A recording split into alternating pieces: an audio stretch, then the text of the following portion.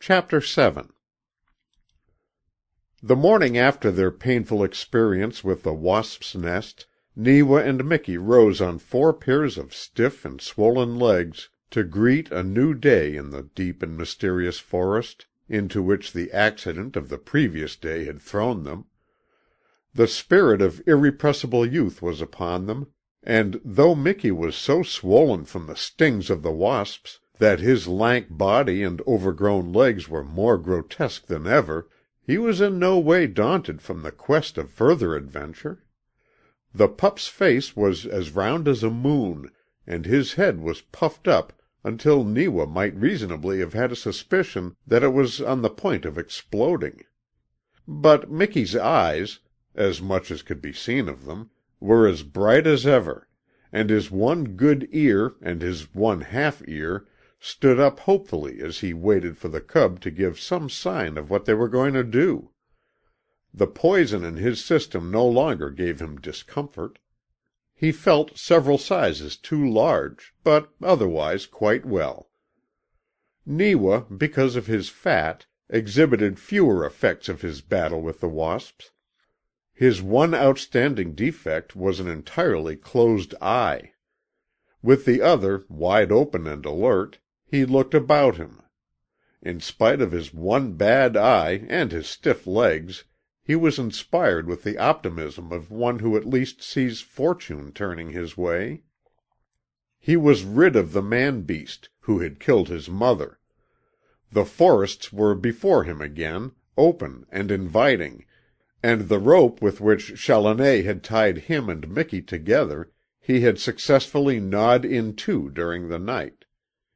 Having dispossessed himself of at least 2 evils, it would not have surprised him much if he had seen Noozak, his mother, coming up from out of the shadows of the trees. Thought of her made him whine; and Miki, facing the vast loneliness of his new world, and thinking of his master, whined in reply.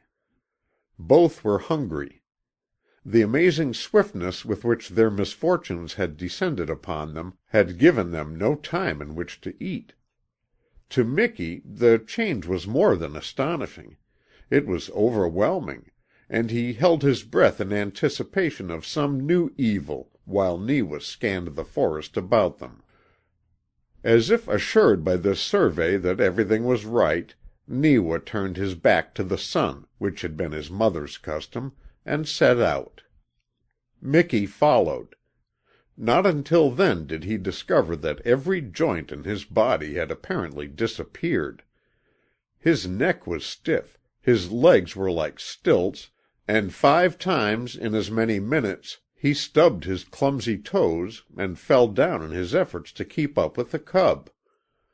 On top of this, his eyes were so nearly closed that his vision was bad, and the 5th time he stumbled he lost sight of Neewa entirely, and sent out a protesting wail. Neewa stopped and began prodding with his nose under a rotten log.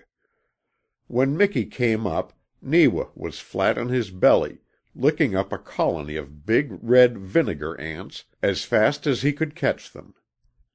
Miki studied the proceeding for some moments. It soon dawned upon him that Neewa was eating something, but for the life of him he couldn't make out what it was. Hungrily he nosed close to Neewa's foraging snout. He licked with his tongue where Neewa licked, and he got only dirt. And all the time Neewa was giving his jolly little grunts of satisfaction.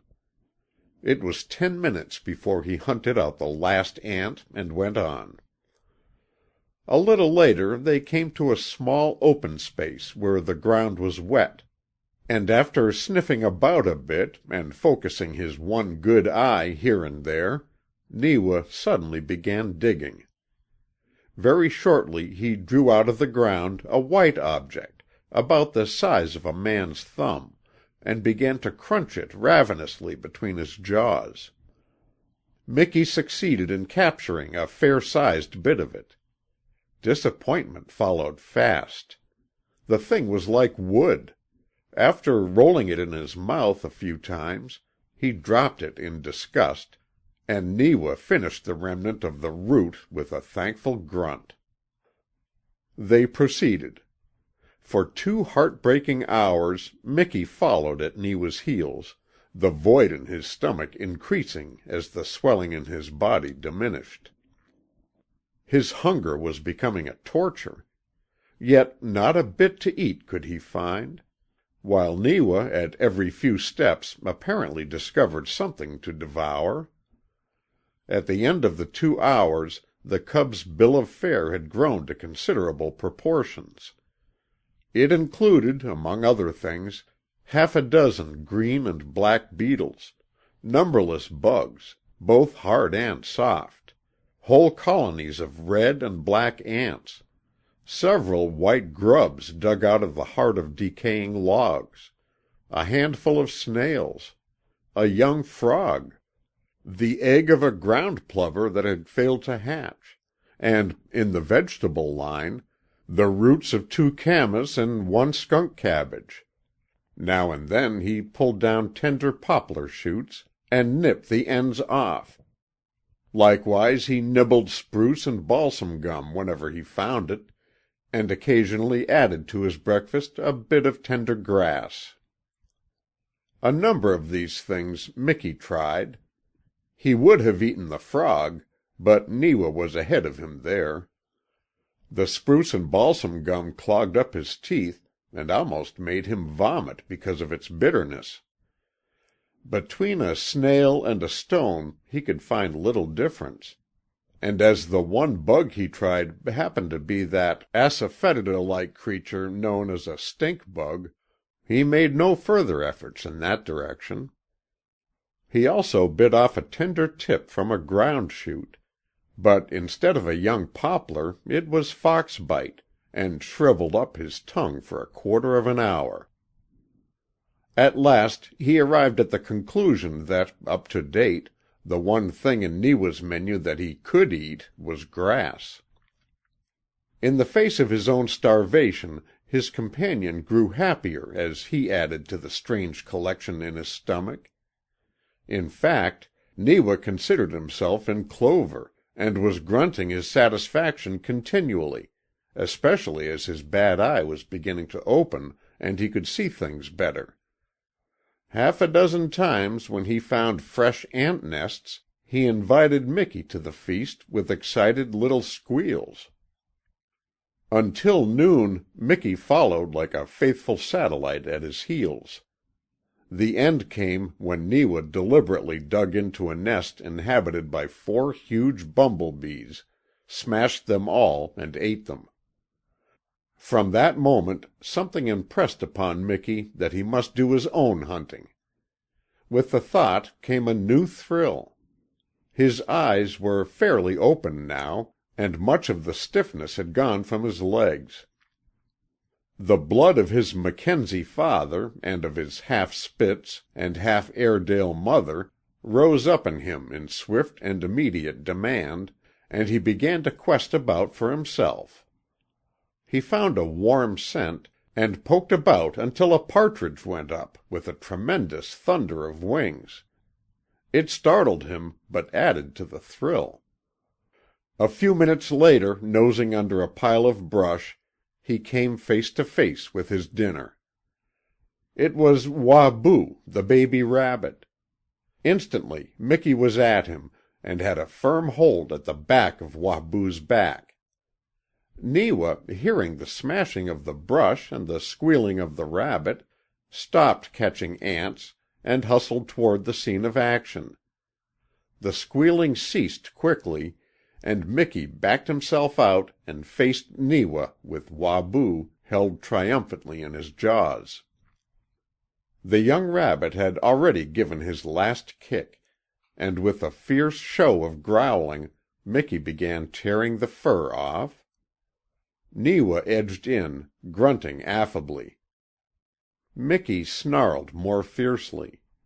Neewa, undaunted, continued to express his overwhelming regard for Miki in low and supplicating grunts, and smelled the rabbit. The snarl in Miki's throat died away. He may have remembered that Neewa had invited him more than once to partake of his ants and bugs. Together they ate the rabbit. Not until the last bit of flesh and the last tender bone were gone did the feast end, and then Neewa sat back on his round bottom and stuck out his little red tongue for the first time since he had lost his mother. It was the cub sign of a full stomach and a blissful mind. He could see nothing to be more desired at the present time than a nap, and stretching himself languidly he began looking about for a tree. Miki, on the other hand, was inspired to new action by the pleasurable sensation of being comfortably filled.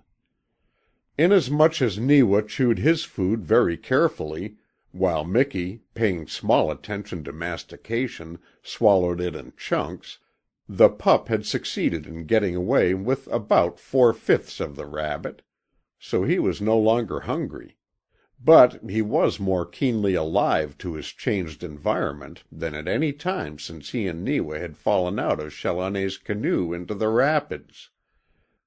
For the first time he had killed, and for the first time he had tasted warm blood, and the combination added to his existence an excitement that was greater than any desire he might have possessed to lie down in a sunny spot and sleep.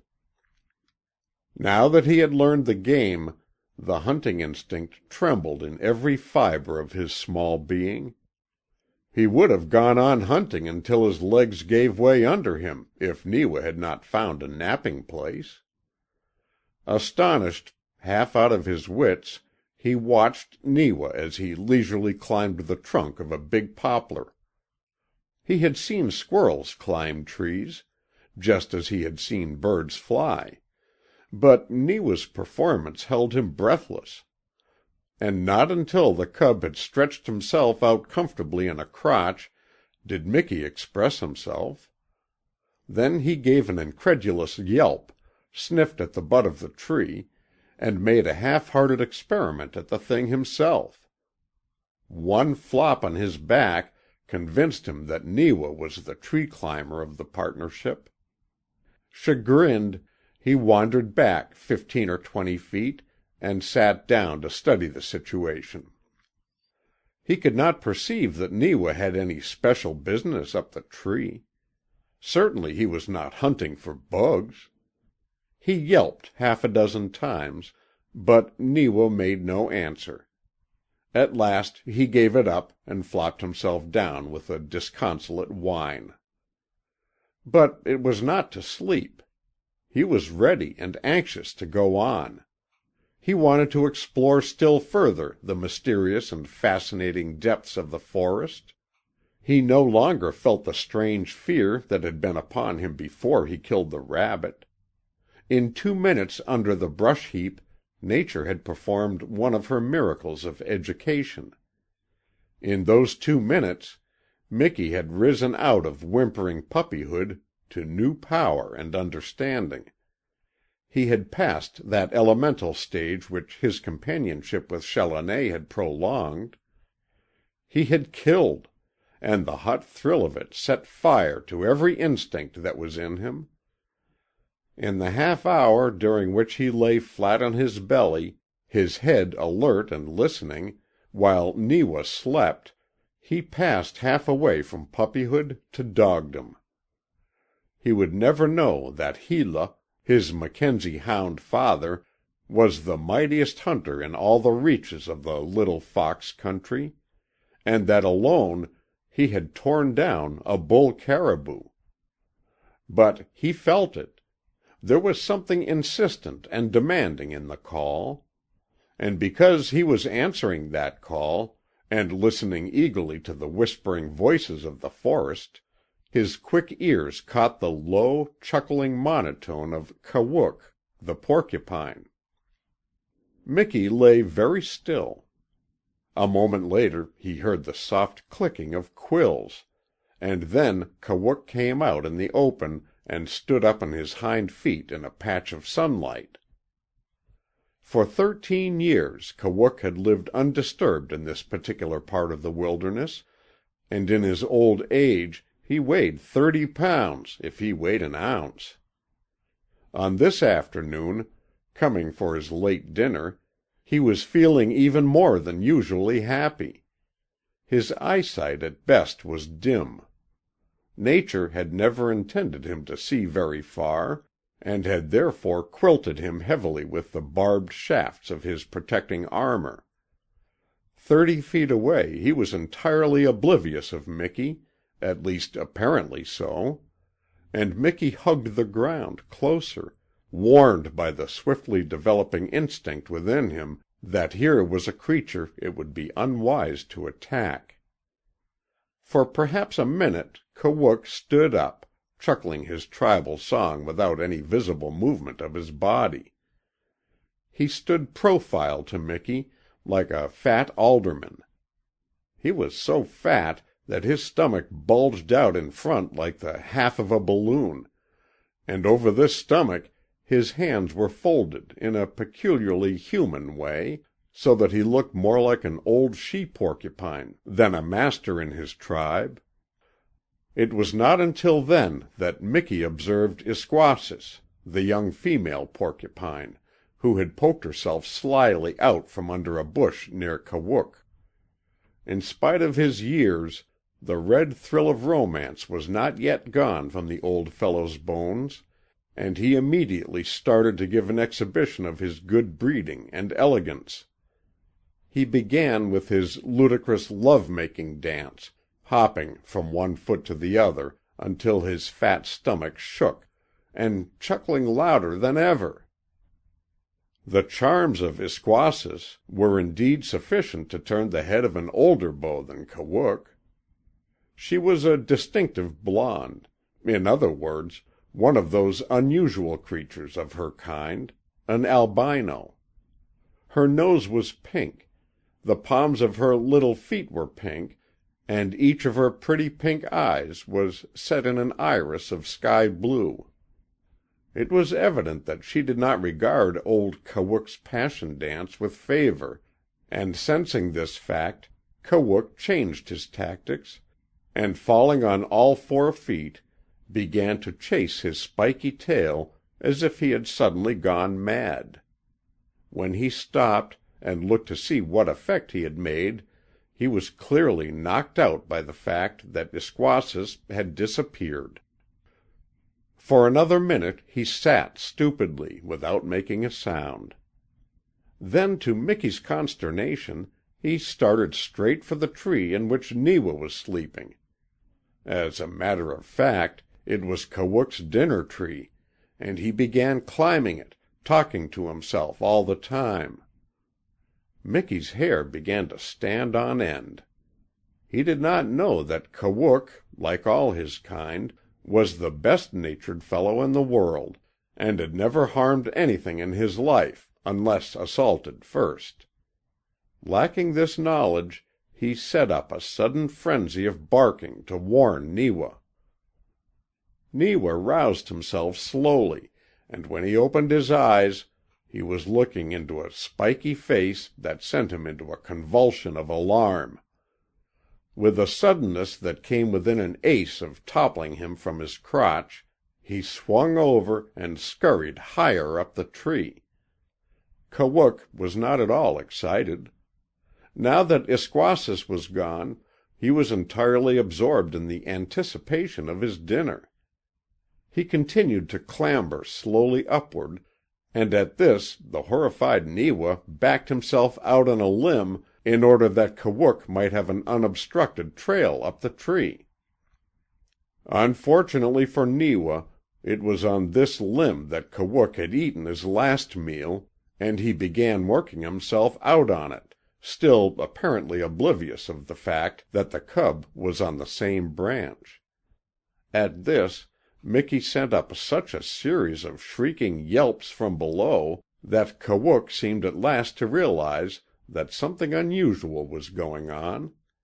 He peered down at Micky, who was making vain efforts to jump up the trunk of the tree. Then he turned, and for the first time contemplated Neewa with some sign of interest.